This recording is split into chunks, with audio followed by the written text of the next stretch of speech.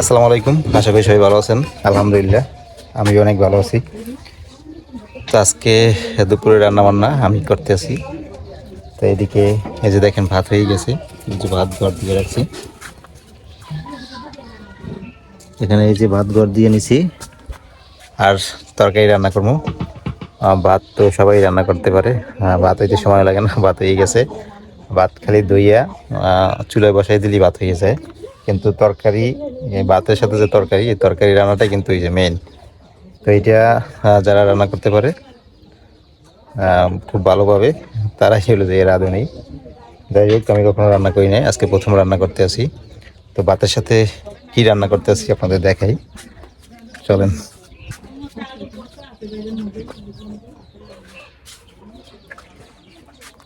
তো এই যে দেখেন, আমি এই জায়গায় রান্না করার জন্য এখানে যে এই যে আলু কুচিয়ে নিছি, আলুর সাথে একটা নিছি শালগম। তো শালগম আর আলু এটা কুচিয়ে নিছি। আমি অন্য কিছু আসলে ভালোভাবে রান্না করতে পারি না, এখনো করি না, এই প্রথম রান্না করতেছি। তবে আলু ভাজিটা আমি করতে পারি, এই জন্য আলু ভাজি কুচিয়ে নিছি। আর জান্নাতের আজকে রান্না করতে দিন না, জান্নাতের বলছি যে তুমি আজকে রেস্টে থাকো, তোমার রান্না করা লাগবে না, আমি রান্না করবো। তো জান্নাতের রেস্টে কিসের জন্য দিছি বলতে আছি আমি। আর এখানে যে চুলায় কড়াই বসিয়ে দিছি, তো এইটাই রান্না করবো। এখানে আবার এই যে পেঁয়াজ, তারপর রসুন, কাঁচামরিচ, এটা আমি কুচিয়ে রাখছি রান্না করার জন্য। তারপর তৈল নিলাম, এখন গ্যাসটা অন করে দিই আগে।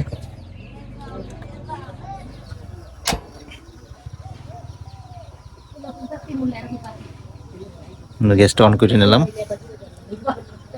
আজকে আপনাদের সাথে শেয়ার করতেছি যে আমি কখনো রান্না করিনি, আজকে প্রথম রান্না করতেছি। আর মূলত কিসের জন্য রান্না করতেছি বলতেছি, রান্নার শেষ হোক। এখানে এখন তৈল দিয়ে দিতে হইবে। রান্না দেখি জানাতের সবসময়, কিন্তু রান্না করতে পারি না। বিসমিল্লাহির রহমানির রহিম।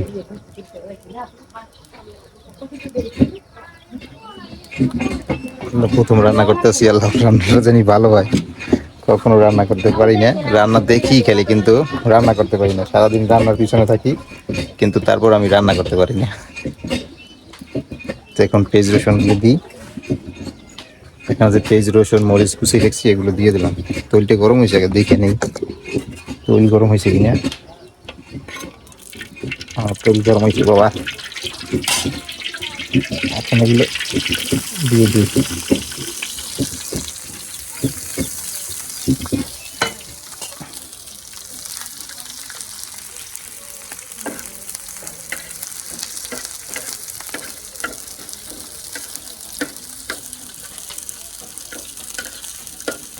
তো আজকে আমি রান্না করতেছি, জান্নাত অসুস্থ,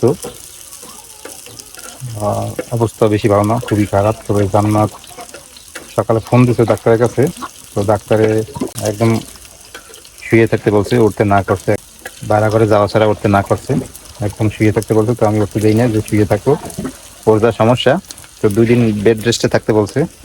থাকার পর যদি ভালো হয় তাহলে তো হইলো, তাহলে ডাক্তারের কাছে যাওয়া লাগবে না।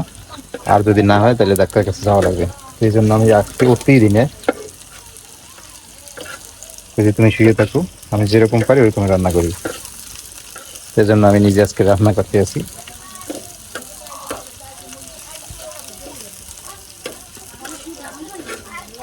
দুজন মানুষের সংসার হইলে এরকমেরই আর কি। যেহেতু আজকে অসুস্থ, রান্না বান্না আমার করতে হইবে, কিছু করার নাই। রান্না শিখে রাখা ভালো, কারণ পরিস্থিতি কোন জায়গায় কখন তাকে নিয়ে বলা যায় না। যেমন আজকে যদি আমি রান্না বান্না করতে পারতাম, তাহলে আরো ভালো কিছু রান্না করতে পারতাম, কিন্তু পারি না বিধায় শর্টকাটে যেটা পারি এটা করতেছি।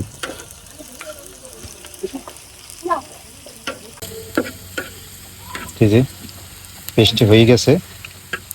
এখন এটার ভিতরে আলু দিয়ে দেবো। তখন দেখেন আমার রান্না হইতেছে কিনা।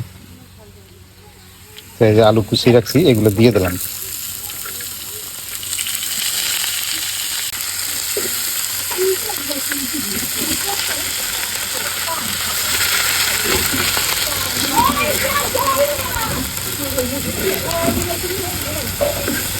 এখন হালকা করে একটু হলুদের গুঁড়ো দিয়ে দিই।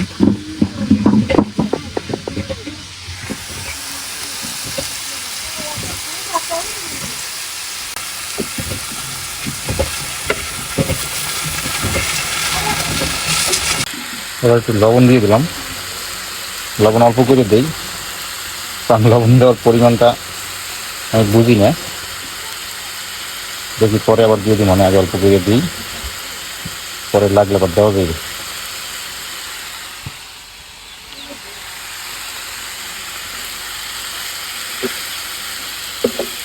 জীবনে প্রথম রান্না বান্না করতেছি, প্রতিদিন কী হয় জানি না, ভালো হইস।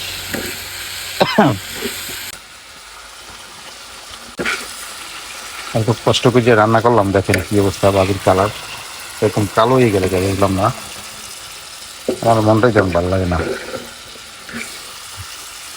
জীবনের প্রথম রান্না বান্না করলাম, কোনো তরকারি রান্ধি নাই, কিছু না, শুধু একটা ভাজি করছি, তার এরকম জানি কালো হয়ে গেছে, এরকম হলো কি বুঝলাম না।